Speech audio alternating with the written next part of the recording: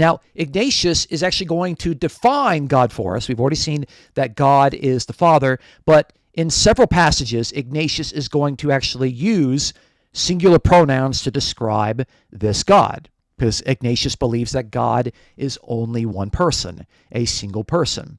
So look at this quote from Ignatius' letter to Polycarp, where he says, "More especially on God's account, it behooveth us to endure everything, that he also may endure us."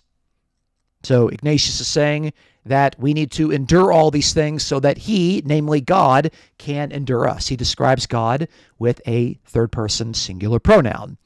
Now, in another quote, this is in his letter to Polycarp, he says, "As stewards of God and his domestics and ministers, please him and serve him, that ye may receive the wages from him."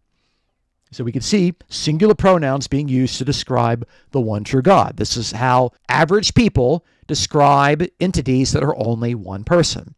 In his letter to the Romans, Ignatius writes, "It is good that I should set from the world in God, that I may rise in him in life."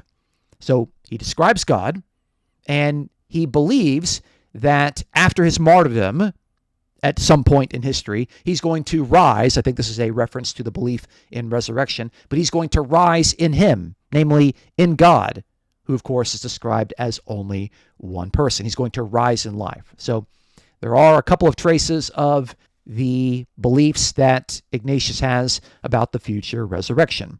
We can see that he describes God as only one person. He's not describing God as two or three persons.